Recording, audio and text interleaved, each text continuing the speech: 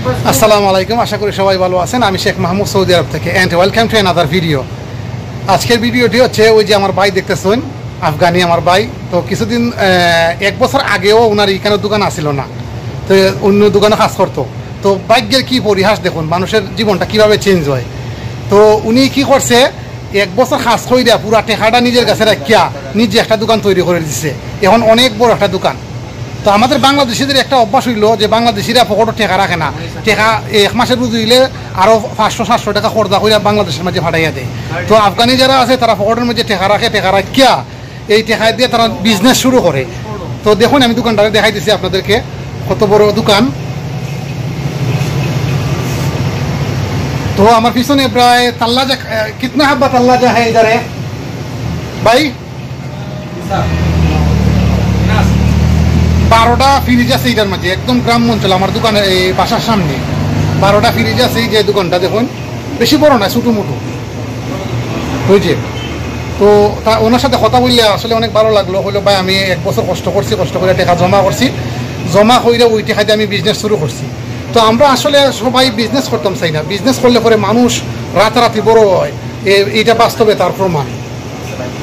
দেখুন দোকানটা কতটুকু বড়, আর মাঝে মাল দেখুন, একদম মালে ভরপুর। তো তারা কি করে জানো নি, আফগানি যারা আছে এরা সৌদি আরবে আইলে পরে 1 বছর 2 বছর টাকা জমাইবো, জমাইয়া টাকা রাখবো, টাকা রাখিয়া তারা নিজে বিজনেস একটা শুরু করবো। আর আমাদের বাংলাদেশের মানুষের অভ্যাস হইল টাকা রাখতে পারে না, এই মাসের রুজি হইলে আরও 500 টাকা খরচা করিয়া বাংলাদেশে টাকা ফাটায়। তো আমরা আসলে দোষ এটাই, আমরা টাকা রাখতাম পারি না, আমরা দেশের মাঝে দিলাই। আর আফগানি আর পাকিস্তানি তারা বেশিরভাগ মানুষই দেখছি তারা ব্যবসা করে, বিজনেস করে। তো দোকানটা আমার বাসার সামনে, আমি সবসময় সন্ধ্যার সময় এখানে আসি, আইসা বসে তার সাথে গল্প করি অনেক। হ্যাঁ হইলো ভাই, আমার টার্গেটই আছিল যে আমি দোকান দিই। ওই যখন ভাই দেখা যাইতেছে, ওই দেখুন খুব ভালো মনের মানুষ, অত্যন্ত ভালো মনের মানুষ, খুব ভালো। তো আমি দোকান আইলে পরে ঘন্টা আধা ঘন্টা বইয়া তার গল্প গল্প হইয়া যায় আর কি।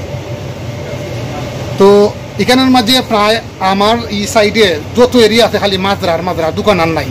প্রায় 20 কিলোমিটারের মধ্যে কোনো দোকান নাই, খালি ওই দোকানটা পড়ছে।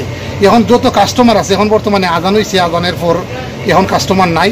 আর রাইত হয়ে গেছি, আমি রাতকে ভিডিওটা শ্যুট করতেছি না, এখানে মাঝে সবসময় কাস্টমার ভরপুর থাকে আলহামদুলিল্লাহ। তো দোকানের মাঝে এমন কোনো মাল না নাই, সব কিছু আছে। ছোটরা খেলনা তো দইরিয়া সব কিছু আছে। সৌদি আরবে যারা দোকানদারি করে, এটা বাংলাদেশের সুপার মার্কেটের মতো। এই মার্কেট এটার মধ্যে ছোটরা খেলনা তো দইরিয়া সব কিছু থাকে, অল্প অল্প করে হইলেও।